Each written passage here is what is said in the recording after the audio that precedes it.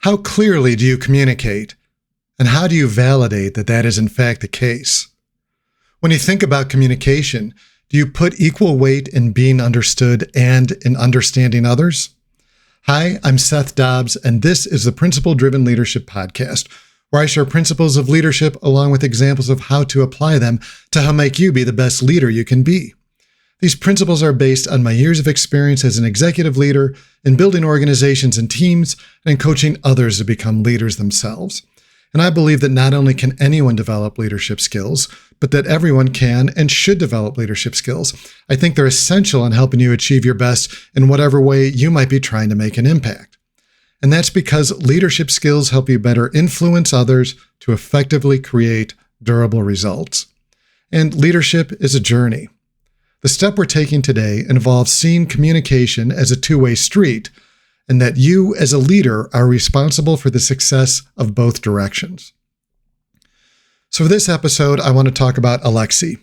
Alexei was a manager at a mid-sized tech company, leading a team responsible for developing a new software feature that was crucial to the company's upcoming product launch.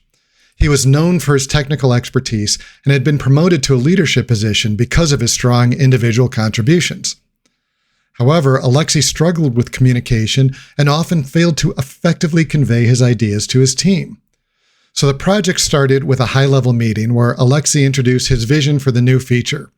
He had spent weeks developing the idea in isolation, meticulously detailing every aspect of the functionality in his mind, and he felt his vision was very clear. But when it came time to explain it to the team, Alexei's presentation was just a confusing mix of jargon, disjointed thoughts, and unclear goals. He rattled off technical specifications, assuming everyone would understand his vision around them without needing further explanation. And when team members asked for clarification, Alexei just brushed them off, saying, "Just trust me, it'll all make sense once you start working on it."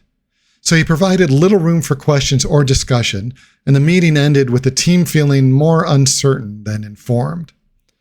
So as time and the project progressed, team members began to notice flaws in Alexei's plan. Some of the technical requirements were unrealistic given the timeline, and others conflicted with existing systems they had to interface with.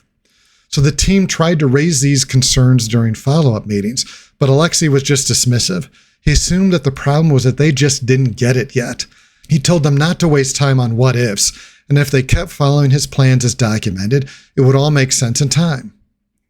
Now, one developer, Maria, suggested a simpler approach that could actually save time and reduce complexity of what they were building, but Alexei quickly shot it down without probing to better understand her suggestions. The team gradually stopped offering feedback because of this, realizing that at most, all they would get from Alexei was a simple thank you and then him restating his main points. As deadlines approached, it became clear that the project was in trouble. The team was behind schedule, and the feature was plagued with bugs and inconsistencies. And in the final stretch to release, Alexei held more frequent meetings, but they were no more effective than before. He continued to speak in vague terms, rarely providing clear guidance or actionable feedback, and when the team expressed concerns about the state of the project, Alexei just nodded and then restated his points. When the new feature went into final testing, the results were disastrous. Numerous issues were reported, and the feature failed to deliver on its promises. User testing feedback was overwhelmingly negative. So there was a lot of miscommunication, or perhaps more specifically, a lot of missed communication in this project. I started off this episode saying that communication is a two-way street. The important principle here is that as a leader, you own both understanding and being understood. Alexei didn't take the time to make sure the team understood his ideas, nor did he take the time to understand their concerns. If he had done at least one of these things, results might have been a little bit better. Doing both would have gone a long way to averting disaster. More importantly, it's likely that open communication could have created something even better and more successful than what Alexei had initially envisioned. Now, there are a lot of good communication techniques out there that you can use, and some of which I'll cover later in the season in episode 5. But for now, I'm going to keep it simple in support of the principle.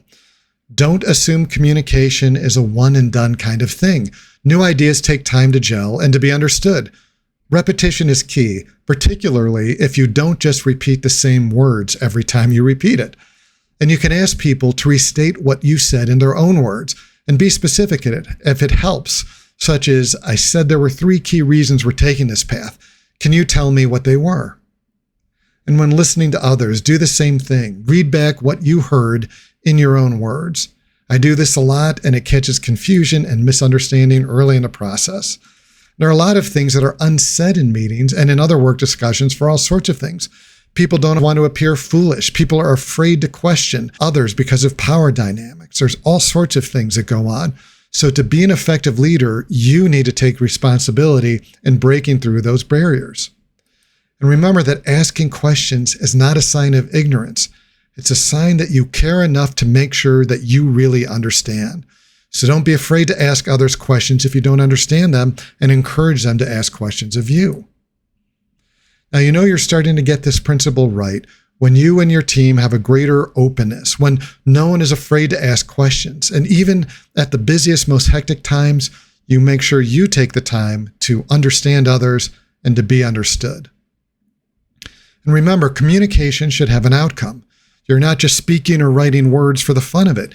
As a leader, particularly when communicating a vision, you are trying to drive action. You're trying to drive change and results. And the great thing is, if you miscommunicate, you can always try again to be clearer and to better understand others.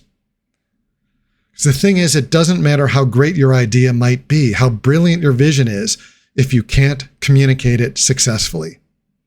If you want your vision to catch hold, you have to be responsible for getting others to understand it, and you have to own finding out why people might not buy into it or what problems they might see with it. Anything else is just casting the potential of your success to the wind and hoping for the best. And if the direction is not clear to those you lead, those winds will not be favorable. Also, you need to realize that understanding your vision doesn't just happen overnight.